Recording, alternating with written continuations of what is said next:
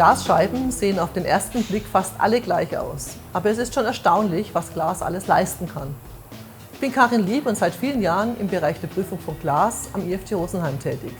In meiner Funktion als Produktmanagerin möchte ich Sie heute speziell in die Welt der Glasprüfungen entführen. Wir wollen Ihnen zeigen, was Glas alles kann. Ach, Sie sagen, Hauptsache man kann durchschauen. Das ist schon richtig, aber Sie werden staunen, welche Eigenschaften sonst noch beeinflusst werden durch dieses transparente Bauteil. Die für den Bewohner wichtigsten Eigenschaften sind natürlich Wärmeschutz, Schallschutz, Sonnenschutz und Sicherheit.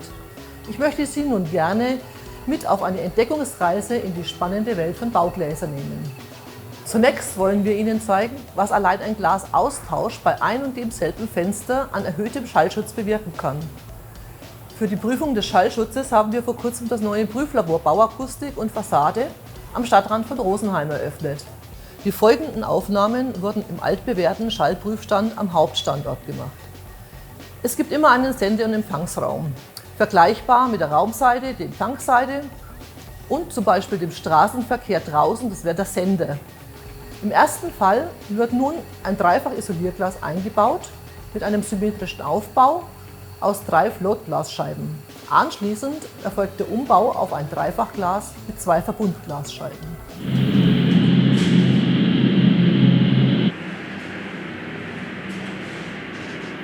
Sie hören ganz deutlich den Unterschied, was noch im Innenraum ankommt. Welches Fenster hätten Sie lieber, wenn Sie an einer befahrenen Straße wohnen? Am IFT Rosenheim prüfen wir auch den Wärmeschutz von Glas. Wichtige Werte sind dabei der UG-Wert, also der Wert, der die Wärmedämmung des Glases beschreibt, aber auch der G-Wert, der sogenannte Gesamtenergiedurchlassgrad.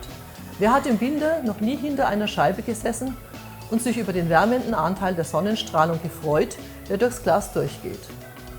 In der sogenannten Hotbox wird ein Bauteil auf den UG-Wert geprüft.